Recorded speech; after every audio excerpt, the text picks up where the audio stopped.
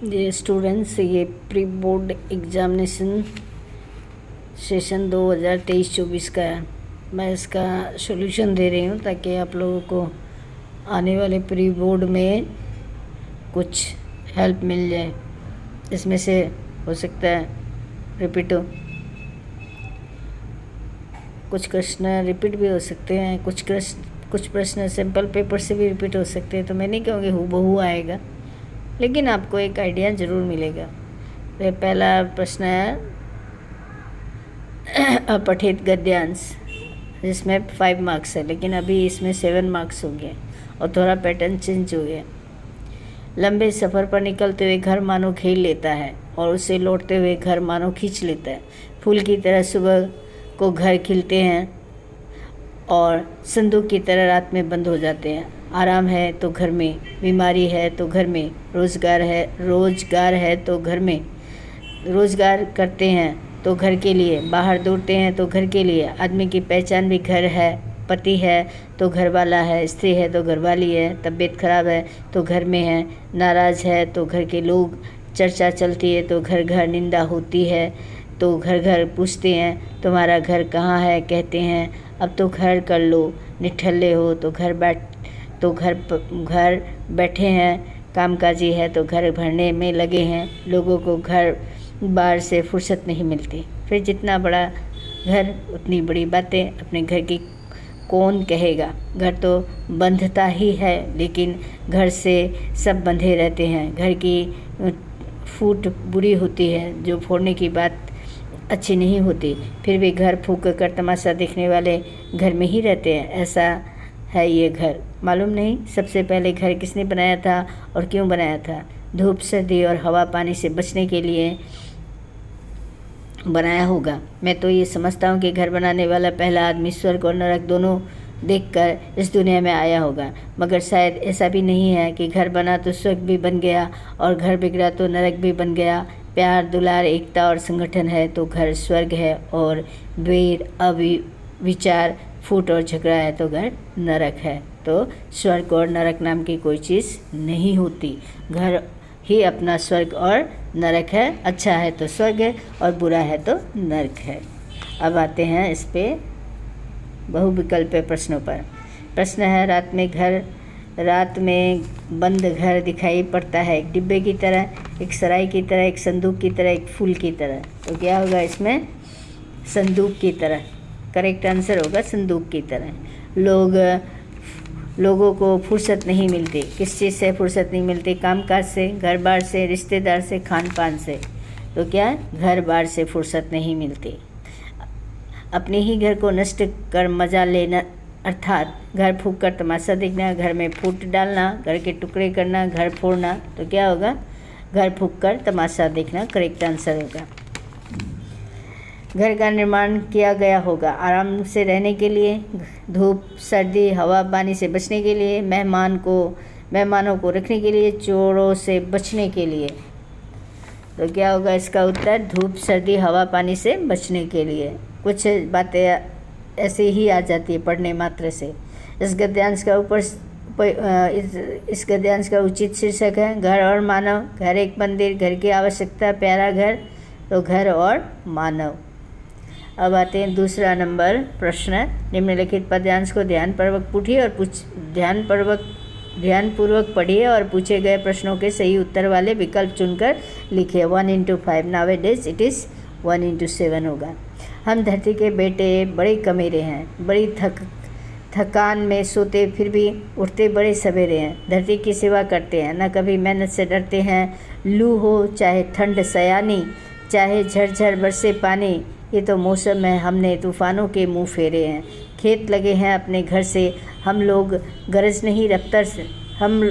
गरज नहीं दफ्तर से। दूर शहर से रहने वाले सीधे साधे भोले भाले रखवाले अपने खेतों के, जिनमें बीज बिखेरे हैं। हाथों में लेकर हल हंसिया, गाते नई फसल के रसिया। धरती को साड़ी पहनाते, दूर दूर तक भूख मिटाते। मुट्ठी भर दाने को रख कर कहते हैं बहुत तेरे हैं। हम धरती के बेटे बड़े कमेरे हैं, भरी थकान में सोते फिर भी उठते बड़े सवेरे हैं। हम धरती के बेटे बड़े कमेरे हैं, यानी हम धरती कमेरे मीन्स काम वाले हैं, कर्मशील हैं। ये ऐसे ही हम धरती के बहुत परिश्रमी बेटे हैं, हम धरती के बहुत आलसी बेटे हैं, है ना। हम धरती के बहुत बुद्धिमान बेटे हैं, हम धरती के बहुत अज्ञानी बेटे। तो इसका करेक्ट आंसर होगा हम धरती के बहुत परिश्रमी बेटे हैं। 2 नंबर है, कवि ने किसानों को फसलों का रसिया क्यों कहा? रसिया मतलब फसल को बड़े प्यार से उगाने वाला, ठीक है। किसान फसल को उगाते हैं, किसान फसलों को काटते हैं, किसान फसलों से प्रेम करते हैं, किसान फसलों को बेच देते हैं। तो क्या होगा? किसान फसलों को उगाते हैं।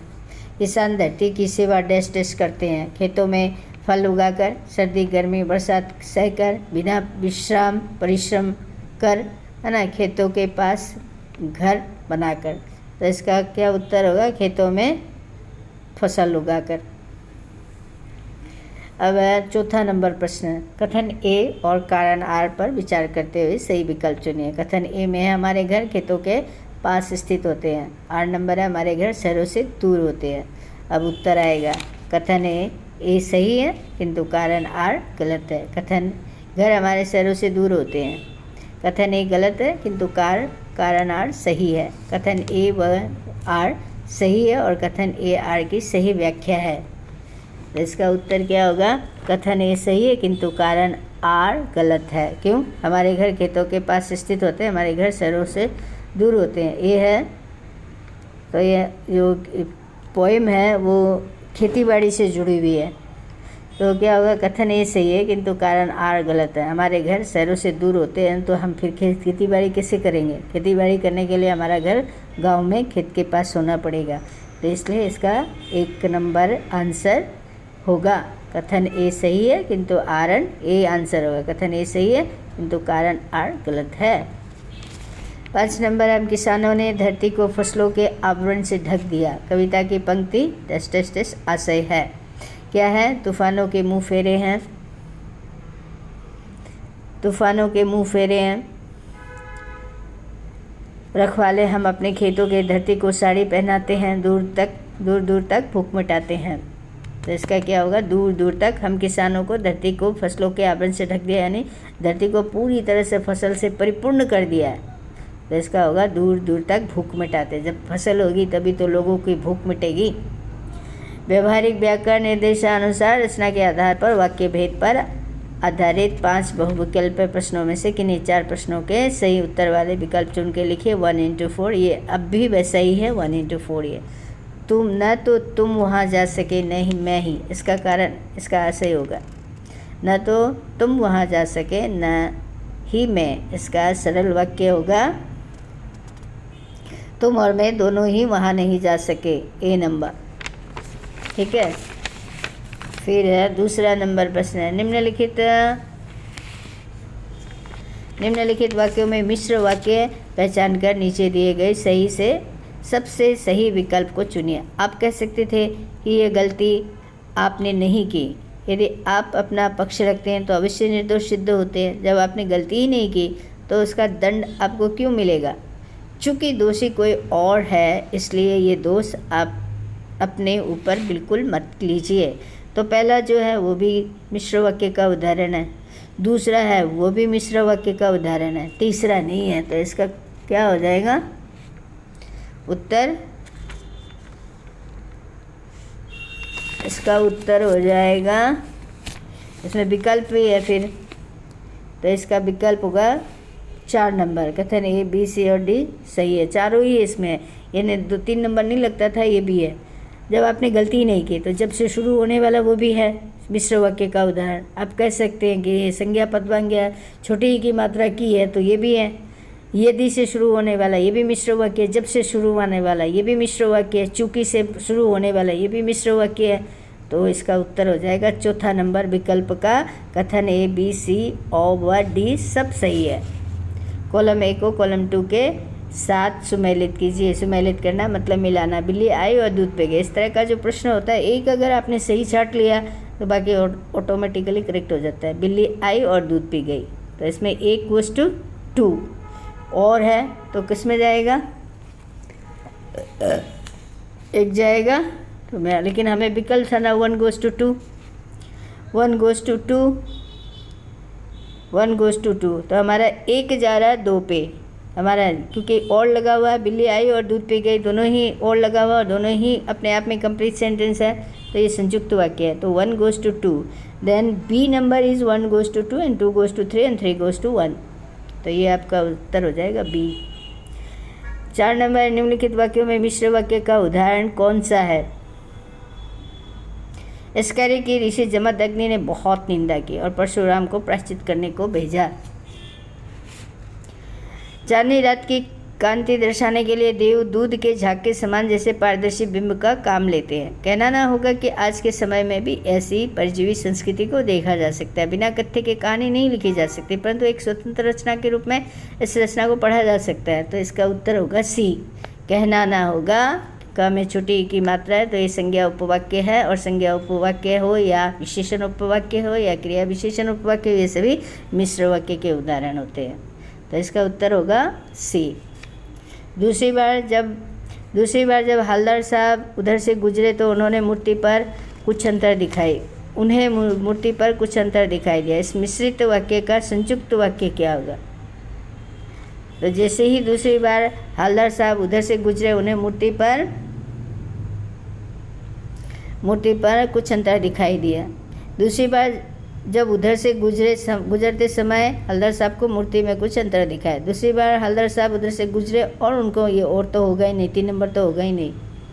हाँ, और ये संयुक्त वाक्य है, संयुक्त वाक्य में तो और ही होगा, ये 3 नंबर ही होगा। दूसरी बार हवलदार साहब जब उधर से गुजरे और उनको मूर्ति में कुछ अंतर दिखाई दिया। ठीक है, तो ये होगा मिश्र वाक्य को संयुक्त वाक्य में क्या होगा? तो इसका 3 नंबर वाक्य होगा। 4 नंबर है, निर्देशानुसार वाक्य पर आधारित 5 बहुविकल्पीय प्रश्नों में से किन्हीं 4 प्रश्नों के सही उत्तर वाले विकल्प चुनकर लिखिए। इनमें से कर्म वाक्य का उदाहरण कौन सा है? मीरा गज़ल नहीं गा पाती, मीरा से गज़ल नहीं गाई जाती, मीरा पैदल नहीं चल पाती, मीरा से पैदल नहीं चला जाता। इसमें कौन सा होगा? मीरा से गज़ल नहीं गाई जाती, ये बी नंबर उत्तर होगा। कॉलम 1 को कॉलम 2 से सुमेलित कीजिए। भरत द्वारा मैच जीत लिया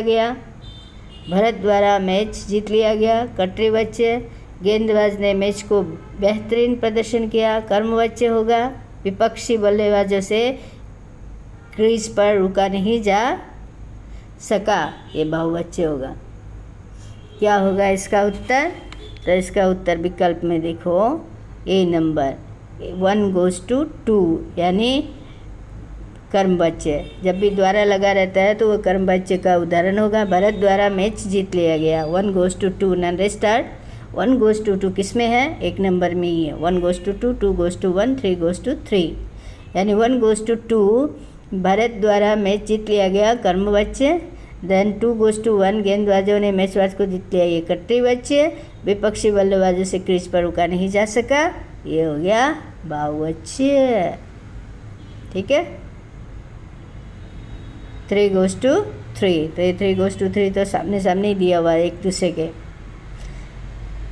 अब 3 नंबर है, धान के पानी भरे खेतों में बच्चे उछल रहे हैं। उदाहरण है कर्मवाच्य का, बहुवचन का या मुख्य वाच्य का या कर्तृवाच्य का। तो क्या होगा? धान के पानी भरे खेतों में बच्चे उछल रहे हैं, ये होगा कर्तृवाच्य का उदाहरण। तो इसमें द्वारा वारा नहीं लगा हुआ, तो कर्मवाच्य तो हो ही नहीं सकता, और भाव जैसी फीलिंग इसमें कुछ है ही नहीं।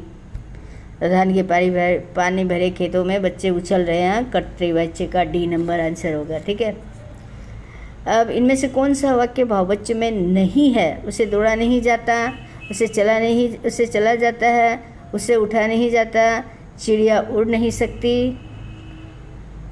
तो इसका उत्तर होगा चिड़िया उड़ नहीं सकती, डी नंबर।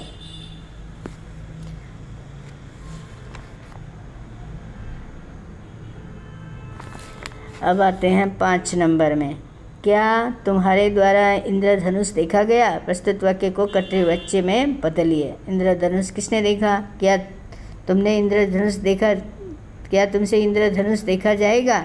क्या तुमने इंद्रधनुष देखा? क्या तुम इंद्रधनुष देख सकोगे? तो हमारा प्रश्न क्या है? क्या तुम्हारे द्वारा इंद्रधनुष देखा गया? तो इसका जो है कर्तृवाच्य होगा क्या तुमने इंद्रधनुष देखा, सी नंबर।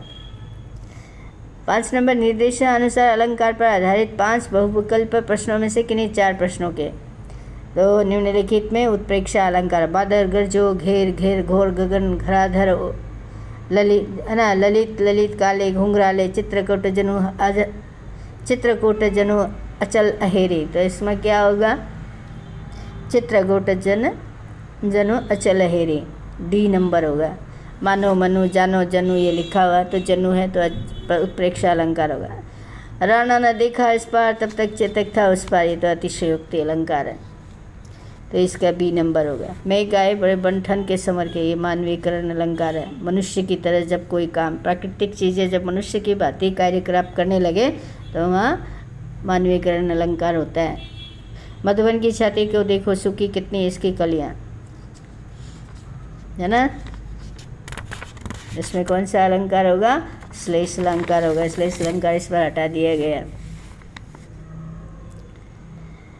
अब कहीं सांस लेते हो, घर पर भर देते हो, पंक्ति में निहित अलंकार क्या होगा, मानवीयकरण अलंकार। मनुष्य की भांति सांस लेता है भाई निर्जीव, कहीं सांस लेते हो, घर घर भर देते हो। तो यहाँ प्रकृति के बारे में कहा गया है, लेकिन ये प्रकृति मानव की तरह कार्यकलाप कर रही है, इसलिए ये मानवीयकरण उदाहरण है, पर्सोनिफिकेशन अलंकार है। ठीक है। 6 नंबर है निर्देशानुसार पद परिचय पर आधारित निम्नलिखित वाक्य के 5 रेखांकित पदों में से किन्हीं 4 पद के परिचय के लिए सही उत्तर वाले विकल्प चुनकर लिखिए। गांधी जी ने कहा कि क में छुट्टी की मात्रा सदा सत्य बोलो वाक्य में रेखांकित पद का व्याकरणिक परिचय होगा। तो ये क्या है, मानवीकरण अलंकार में क्या होगा कि, है ना, ये इसका उत्तर होगा आपका सी नंबर। व्याधिकरण समुच्चय बोधक गांधी जी ने कहा एवं सदा सत्य बोलो को जोड़ता है। जब 2 वाक्यों को जोड़ता है, अगर यहाँ और होता है, ये समानाधिकरण समुच्चय बोधक होता है, लेकिन और नहीं है, तो 2 ही तरह के समुच्चय बोधक है, एक तो समानाधिकरण और एक व्याधिकरण, तो ये व्याधिकरण होगा। व्याधिकरण, अच्छा व्याधिकरण तो बी नंबर में भी है, 2 वाक्यों को अलग करता है, ये नहीं होगा क्योंकि ये 2 वाक्यों को जोड़ता है, इसलिए इसका होगा। उपयुक्त कोई नहीं है तो हो ही नहीं सकता। जब इस तरह के ऑप्शन वाले प्रश्न हैं तो सबसे पहले उन ऑप्शन को अलग छाट कर अलग कर दो जो बिल्कुल नहीं हो सकती। उपयुक्त कोई नहीं है तो बिल्कुल नहीं हो सकता, इसको हटा दो। समानाधिकरण समुच्चय बोधक हो ही नहीं सकता क्योंकि उसमें और नहीं है, और के विषय में आता है। अब अच्छा व्याधिकरण, व्याधिकरण में 2 वाक्यों को जोड़ने का कार्य करता है, इसमें अलग करने का कार्य, तो यह हट गया, तो सही आंसर हमें मिल गया सी। संस्कृत प्राचीन भाषा है, रेखांकित पद का सही पद परिचय होगा। तो क्या होगा, संस्कृत व्यक्तिवाचक संज्ञा एक वचन स्त्रीलिंग। अब बहुत बच्चे सोच रहे तो आदमी नहीं है, फिर व्यक्तिवाचक क्यों है।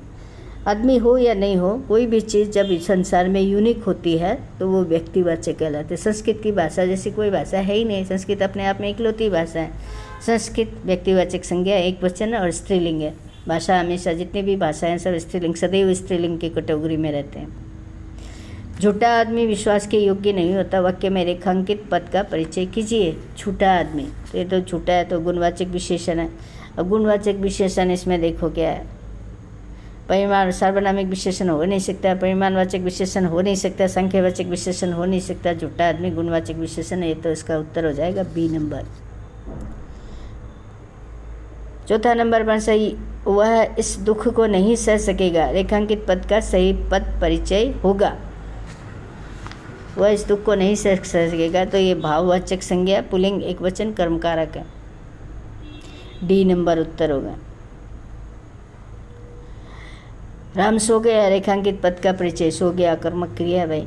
क्या सो गया, अगर वाक्य में आप क्या लगा के प्रश्न करोगे, क्रिया पर क्या लगा के प्रश्न करना पड़ेगा। राम सो गया तो क्या सो गया, राम पे क्या मत लगाओ, क्रिया पे क्रिया लगाओ। क्या सो गया तो कोई उत्तर नहीं मिल रहा है, तो अकर्मक क्रिया। अकर्मक क्रिया और फिर ये सामान्य भूतकाल एक वचन है, कर्तृवाच्य, इसका कर्ता राम है, तो इसका उत्तर हो जाएगा बी नंबर। अब 7 नंबर है, निम्नलिखित गद्यांश के आधार पर पूछे गए बहुविकल्प प्रश्नों में से सही उत्तर वाले विकल्प चुनकर लिखिए। 10वीं कक्षा तक तो आलम ये था कि बिना किसी खास समझ के घर में होने वाले बहसें सुनती थी और बिना चुनाव किए हुए, बिना लेखक की अहमियत से परिचित हुए किताबें पढ़ती थी। लेकिन सन 45 में यानी 1945 जैसे कि 10वीं पास करके मैं फर्स्ट ईयर में आई, हिंदी की प्राध्यापिका शीला अग्रवाल से परिचय हुआ। सावित्री गर्ल्स हाई स्कूल जहां मैंने कक्कहरा सीखा, 1 साल पहले ही कॉलेज बना था और वे इस साल नियुक्त हुई थी। उन्होंने बाकायदा साहित्य की दुनिया में प्रवेश करवाया। मात्र पढ़ने को चुनाव करके पढ़ने में बदला। खुद चुन चुन कर किताबें दी, पढ़ी हुई किताबों पर बहसें की, तो साल न बीतते साहित्य की दुनिया शरद प्रेमचंद्र से बढ़कर जैनेन्द्र, अज्ञेय, यशपाल, भगवती चरण वर्मा तक फैल गई और फिर तो फैलती ही चली गई। उस समय जैनेन्द्र जी के छोटे छोटे सरल सहज वाक्यों वाली शैली ने बहुत आकृष्ट किया। सुनीता उपन्यास बहुत अच्छा लगा। अज्ञेय जी का उपन्यास शेखर एक जीवनी पढ़ा जरूर, पर उस समय वह मेरी समझ के सीमित के दायरे में नहीं समा नहीं पाया। कुछ सालों बाद नदी के द्वीप पढ़ा तो उसमें मन को इस कदर बांधा कि उसी झोंक में शेखर को फिर एक बार पढ़ गई। शेखर एक जीवनी फिर पढ़ गई। ये अज्ञेय की रचना है। इस बार कुछ समय के साथ वह शायद मूल्यों के मंथन का युग था। पाप पुण्य, नैतिक अनैतिक, सही गलत की बनाई धारणाओं के आगे प्रश्न चिन्ह ही नहीं लग रहे थे, उन्हें ध्वस्त भी किया जा रहा था। इसी संदर्भ में जैनेन्द्र का त्यागपत्र, भगवती बाबू का चित्रलेखा पढ़ा और शीला अग्रवाल के साथ लंबी लंबी बहसें करते हुए उस उम्र में जितना समझ सकती थी समझा। सुनीता उपन्यास के लेखक कौन है? तो सुनीता उपन्यास के लेखक है जैनेन्द्र। अभी हमने पढ़ा ये जैनेन्द्र का त्यागपत्र, भगवती बाबू का चित्रलेखा पढ़ा। सुनीता भी जैनेन्द्र का ही है। सुनीता उपन्यास के लेखक कौन है? Jainendra, D number. अज्ञेय जी का प्रसिद्ध उपन्यास कौन सा है? शेखर एक जीवनी। क्या होगा? शेखर एक जीवनी, सी नंबर। जैनेन्द्र जी की भाषा शैली कैसी थी? छोटे छोटे सरल सहज वाक्यों वाले, डी नंबर। निम्नलिखित उपन्यासों भगवती चरण वर्मा की रचना है। त्यागपत्र, सुनीता, चित्रलेखा, शेखर एक जीवनी। तो क्या होगा? चित्रलेखा भगवती चरण वर्मा की सबसे प्रसिद्ध उपन्यास है, यानी नोवेल है चित्रलेखा। उपर्युक्त गद्यांश में शब्द युग में लंबी लंबी, सरल गलत, नैतिक अनैतिक, उपर्युक्त सभी। तो क्या होगा? उपर्युक्त सभी है ये शब्द युग में। जिस शब्द में हाइफेन हो वो सारे ही सारे क्या होते हैं? शब्द युग्म होते हैं, यानी एक साथ शब्द आते हैं। लंबी लंबी ये भी है, सही गलत ये भी है, नैतिक अनैतिक ये भी है। तो इसका करेक्ट आंसर हो जाएगा उपर्युक्त सभी, डी नंबर। 8 नंबर। निम्नलिखित गद्य पाठों के आधार पर 2 बहुविकल्प प्रश्नों के सही उत्तर वाले विकल्प चुनकर लिखिए। 2 प्रश्न हैं, दोनों ही आपको करने हैं। मनुष्य का पेट भरा और तन ढका होने पर भी नींद नहीं आती, क्यों? क्योंकि वह आसमान रूपी मोतियों से भरे थाल के उल्टा होने पर मोतियों के न गिरने पर चिंतित है और उसका रहस्य समझना चाहता है। उसे खाने से संतुष्टि नहीं है, वह सोचता रहता है कि और आगे कैसे बढ़ा जाए। उपर्युक्त सभी। इसका उत्तर हो जाएगा 1 नंबर। वह सोचता सी नंबर। वह सोचता है कि आगे कैसे बढ़े। 1 नंबर ने इसका उत्तर हो जाएगा सी। जब मनुष्य का पेट भरा रहता है और तन ढका रहता है उसके बाद ही वो सोच सकता है कि आगे कैसे बढ़े, सी नंबर।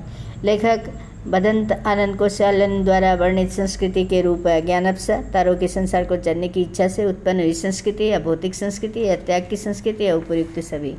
तो ये उपर्युक्त सभी ही होगा। ज्ञानप्सा भी है, भौतिक संस्कृति भी है, त्याग की संस्कृति भी है, उपर्युक्त सभी हो जाएगा। उपर्युक्त सभी वाले ऑप्शन जब भी आए सारे ऑप्शंस को एक बार पढ़ के देखा करो। 9 नंबर है। निम्नलिखित पठित पाठ पर आधारित बहुविकल्प प्रश्नों के सही उत्तर वाले विकल्प चुनकर लिखिए। देखी कुठार सरासर बाना, मैं कछु कहा सहित अभिमाना, भगुसुत समुचे जनेऊ बिलोकी, जो कुछ कहूँ सहो ऋष रोकी, सूर महिसूर हरिजन अरुगाई, हमारे कुल इन पर न सुराई, बधे पाप अपकृति हारे, मारतु पा परिय तुम्हारे, कोटि कुलुष संवचन तुम्हारा, व्यर्थ धरहु धनुवान कुठारा। लक्ष्मण ने परशुराम से किस प्रकार बात की? नम्रतापूर्वक, क्रोधित होकर, अभिमानपूर्वक, शांत रहकर। किस तरह से बात की? तो अभिमानपूर्वक, यानी घमंड में बढ़ा हुआ। सी नंबर उत्तर होगा। परशुराम के क्रोध पूर्ण वचनों को सुनकर भी लक्ष्मण अपना क्रोध रोके हुए थे, क्योंकि परशुराम भृगु ऋषि के पुत्र थे तथा उन्हें जनेऊ धारण किया हुआ था। ब्राह्मण से वो भी बहस नहीं करते, लड़ाई नहीं करते। 3 नंबर है। लक्ष्मण ने अपने कुल की किस परंपरा का बोध कराया? उनके कुल में सभी वीर बहादुर और शक्तिशाली है। उनके कुल में डी नंबर होगा। उनके कुल में देवता, ब्राह्मण, ईश्वर भक्त तथा गाय पर शूरवीरता नहीं दिखाई जाती।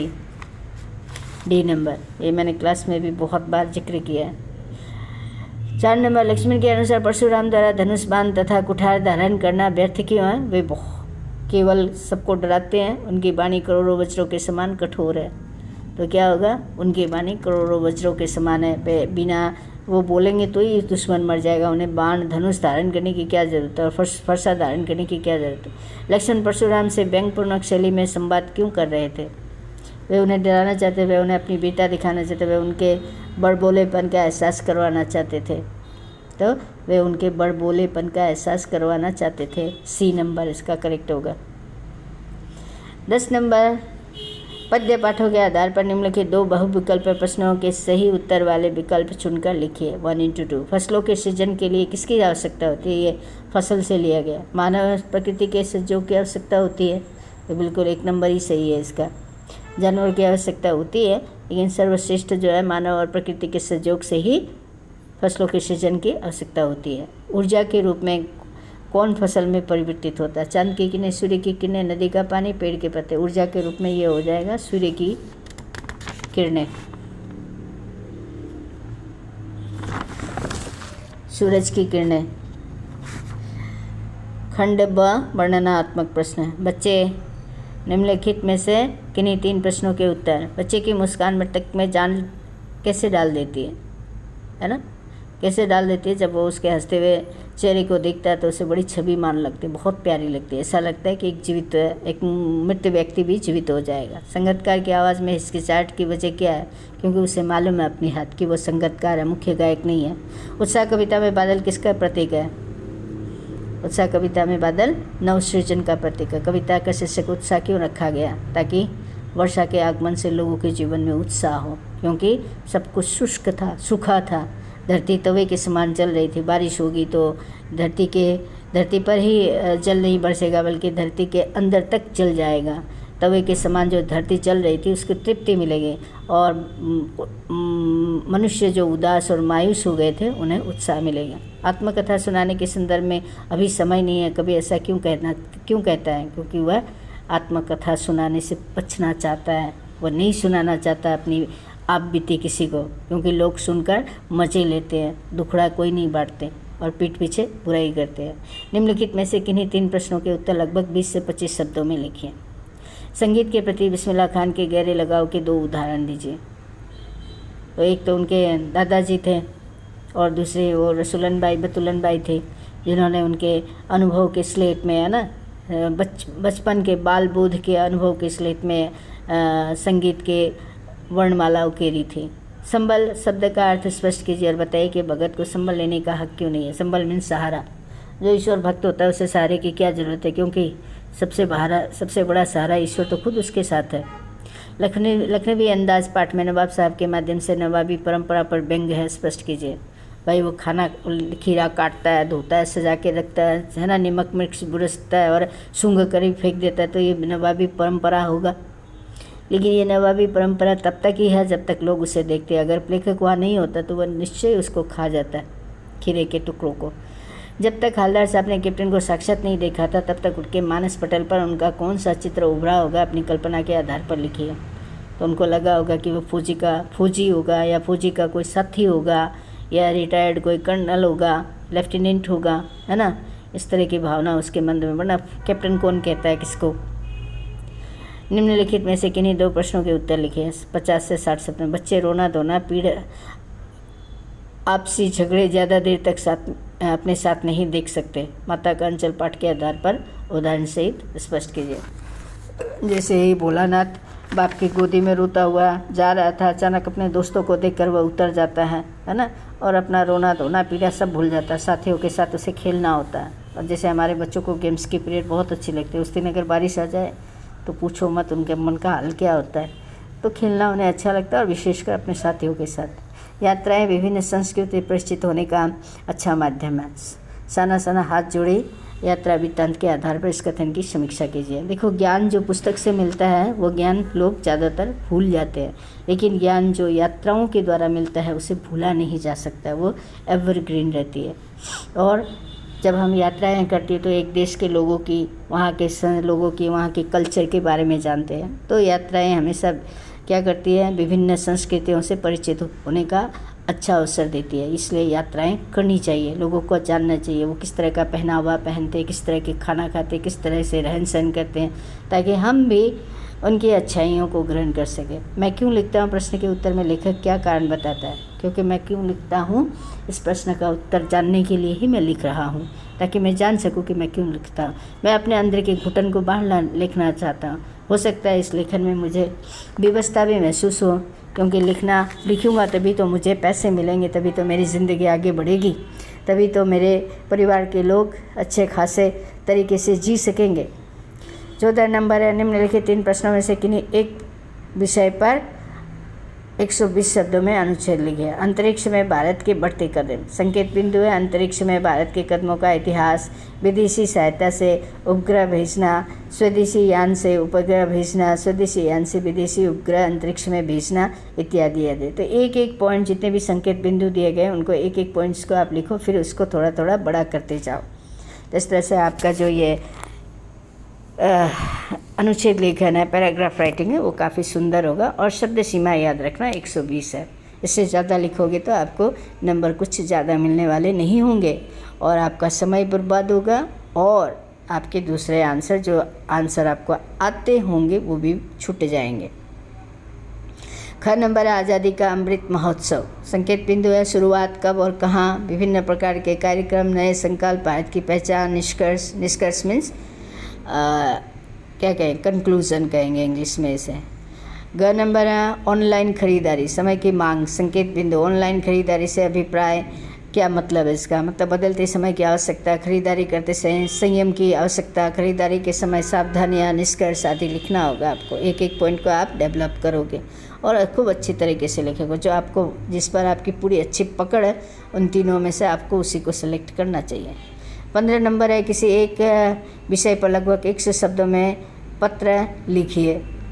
आपका नाम अक्षता है, जो लड़की होगी वो अक्षता लिखेगी, जो लड़के होंगे वो अक्षत लिखेंगे। आपकी आयु मतदान करने की हो गई है, आपने मतदान पहचान पत्र बनाने के लिए, वोटर ID कार्ड बनाने के लिए उदय ऐप के द्वारा आवेदन किया है, किंतु काफ़ी समय बाद आपका मतदान पहचान पत्र आपको नहीं मिला। मतदान पत्र के विवरण में देरी की शिकायत करते हुए अपने क्षेत्र के VLO ब्लॉक लेवल ऑफिसर को पत्र लिखिए।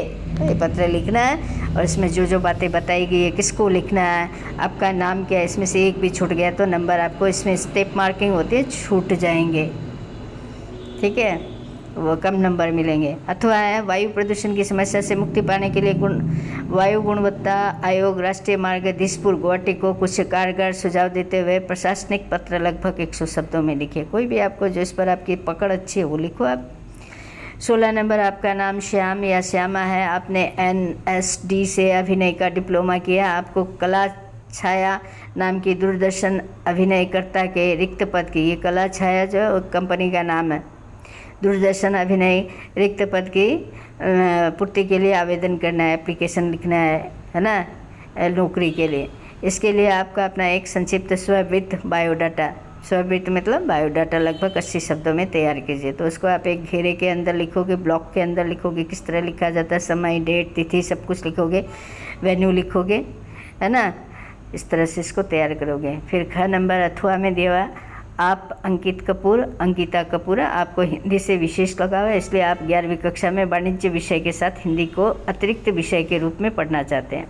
अपने विद्यालय के प्रधानाचार्य महोदय को विद्यालय के ईमेल पते पर अपनी इच्छा लिखते हुए अनुमति प्राप्त कीजिए। शब्द सीमा लगभग 80 शब्द में। तो ईमेल के लिए जब भी ईमेल लिखो तो एक प्राप्तकर्ता होता है, एक प्रेषक होता है, एक भेजने वाला, दोनों का ही ईमेल एड्रेस चाहिए। इसको भी आप ब्लॉक में लिखोगे, यानी इसको आप स्केल से एक ब्लॉक बनाओगे, एक स्क्वायर बना के उसके अंदर लिखोगे।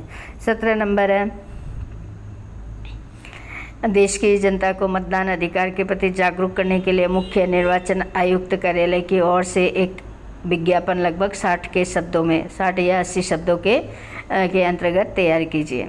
फिर शिक्षक दिवस पर अपने प्राध्यापक को लगभग 60 शब्दों में एक शुभकामना संदेश दीजिए। ये करो या वो करो, विज्ञापन अच्छा लगता है तो विज्ञापन करो, और शुभकामना संदेश देना चाहते हो तो शुभकामना संदेश दो। शुभकामना संदेश छोटा होता है, बाकी सब तो ये पत्र जैसा ही है, लेकिन इसको भी ब्लॉक के अंदर लिखना होगा और आपको तिथि वगैरह देनी पड़ेगी।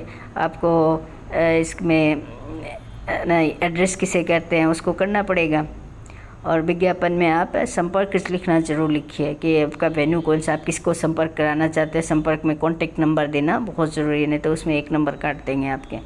तो इस तरह से ये पूरा सॉल्व करके दिया है मैंने, आपको बताया गया है। बाकी तो लिखना खुद को ही होगा, आपको किस तरह से लिखना होगा ये आइडिया दिया गया है। इसके आधार पर आपको कुछ आइडियाज़ और मिल जाएंगे। और अब मैं आप सबसे विदा लेती हूँ। धन्यवाद।